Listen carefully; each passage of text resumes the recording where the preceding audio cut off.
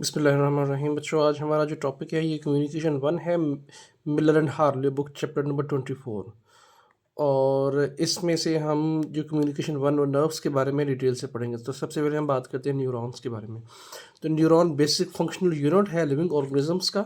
ये structural functional unit है nervous system का। इसको हम कहते हैं न्यूरॉन। ये बच्चों याद रखने की बात है कि ये जो न्यूरॉन है ये स्ट्रक्चरल और फंक्शनल, अंडरलाइन कर लें इस वर्ड को, ये दोनों स्ट्रक्चरल और फंक्शनल यूनिट है नर्वस सिस्टम का। अच्छा, उसके बाद हम अगली बात करते हैं, neurons are specialised to produce signals. ये वो सेल्स हैं जो कि सिग्नल्स को प्रोड्यूस करते हैं। तो ये भी बहुत इंपॉर्टेंट पॉइंट हो गया। These signals can be communicated over short or long distances. They can be sent from one part of an animal body to another. ये बॉडी के एक हिस्से से दूसरे हिस्से तक जो पैगाम जाता है वो इनके थ्रू जाता है। उसके बाद ये है कि न्यूरॉन्स की दो इंपॉर्टेंट प्रॉपर्टीज़ होती हैं जिसकी वजह से ये मैसेज को, सिग्नल्स को भेजते हैं from one part of body to another part of body. ये दो प्रॉपर्टीज़ कौन कौन सी हैं?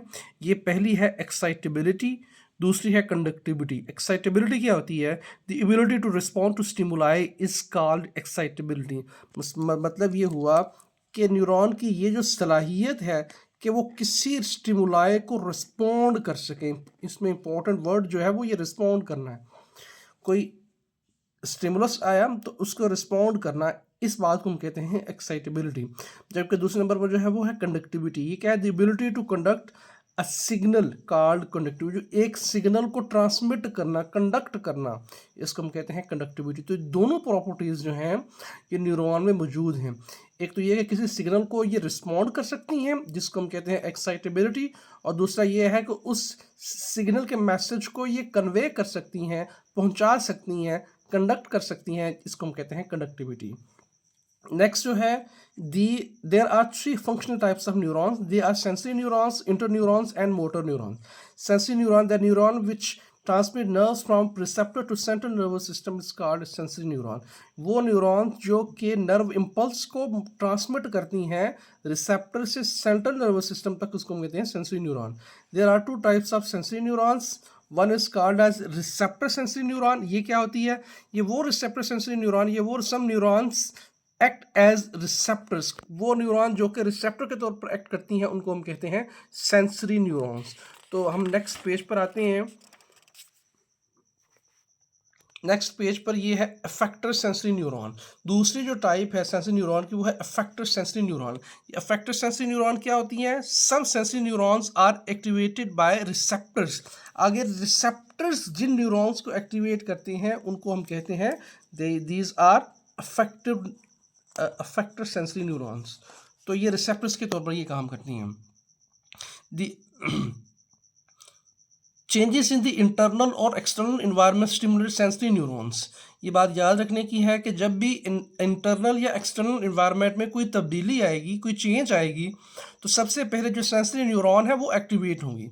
आगे ये सेंसरी न्यूरॉन एक्टिवेट होकर क्या करेंगी? Sensory neurons send signals to integrating centres. The information processed in this centre. अब ये जो इंटीग्रेटिंग सेंटर्स हैं ये कहाँ पर हैं? ये हमारे सेंट्रल नर्वस सिस्टम में मौजूद हैं।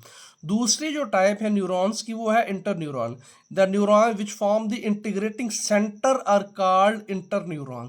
पहले हमने वर्ड टर्म यूज़ की थी ना, ये इंटीग्रेटिंग सेंटर्स, कि जो सेंसरी न्यूरॉन होती है वो मैसेज लेकर जाती हैं इंटीग्रेटिंग सेंटर में। तो अब यहाँ पर ये कह रहा है कि जो इंटरन्यूरॉन्स ये इंटीग्रेटिंग सेंटर्स में पाई जाती है, जैसे कि ब्रेन में और स्पाइनल कॉर्ड में। They receive signal from sensory neurons and transmit them to motor neurons. ये sensory neurons से सिग्नल को रिसीव करती हैं और मोटर न्यूरॉन तक उसको उनको पहुंचाती हैं। जो इंपॉर्टेंट टर्म है इसमें से वो है इंटीग्रेटिंग सेंटर। जो थर्ड टाइप है वो है motor neurons. The neurons which transmit the nerves impulse to effectors are called motor neurons. वो न्यूरॉन्स जो कि इम्पल्स, नर्व इम्पल्स को ट्रांसमिट करती हैं इफेक्टर्स तक, इनको हम कहते हैं motor neuron. The affectors show response. तो ये जो अफेक्टर्स हैं ये रिस्पॉन्स शो करते हैं।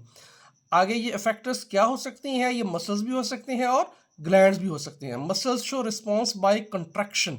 मसल्स रिस्पॉन्स प्रोड्यूस करते हैं, कैसे रिस्पॉन्स प्रोड्यूस करते हैं, कंट्रैक्शन करके, जबकि जो ग्लैंड्स हैं वो रिस्पॉन्स प्रोड्यूस करते हैं, कैसे रिस्पॉन्स प्रोड्यूस करते हैं, सेक्रेशंस करके। तो दो तरह के जो हमारे पास अफेक्टर्स हैं उनकी एग्जांपल्स आ गई। पहला जो है वो है मसल्स जो कि कंट्रैक्शन करते हैं, और दूसरा जो है वो है ग्लैंड्स जो कि सेक्रेशंस रिलीज करते हैं। अगर ये जनरल पाथवे है, ये उसका ये बयान किया गया है। इसमें से आप देखें, इनपुट सिग्नल स्टिमुलस आएगा, वो रिसेप्टर के पास जाएगा, रिसेप्टर उसको फिर आगे सेंसरी न्यूरॉन के पास लेकर जाएगा, सेंसरी न्यूरॉन फिर उस मैसेज को इंटर न्यूरॉन जो जिसको हम कहते हैं integrating centre, integration of information and responses of central nervous system तक पहुंचाएगा। आगे वहां से वो पैगाम जाएगा फिर मोटर न्यूरॉन को, और मोटर न्यूरॉन फिर आगे पैगाम लेकर पहुंचाएगी इफेक्टर के पास। और इफेक्टर को हमने पकड़ा, अभी हमने बात की है कि दो तरह के इफेक्टर हैं, पहला जो है वो मसल्स हैं, दूसरा जो है वो ग्लैंड्स हैं, और इफेक्टर से फिर वो आउटपुट रिस्पॉन्स रिलीज होगा। तो ये हमारा जनरल पाथवे है for flow of information within nervous system. हमारा जो नेक्स्ट टॉपिक है वो है स्ट्रक्चर ऑफ न्यूरॉन। तो न्यूरॉन के स्ट्रक्चर में क्या है, neurons contain the 3 principal parts. Neuron में 3 प्रिंसिपल पार्ट्स हैं, कौन कौन सी हैं, सेल बॉडी है, डेंड्राइट्स है और एक्सॉन्स हैं।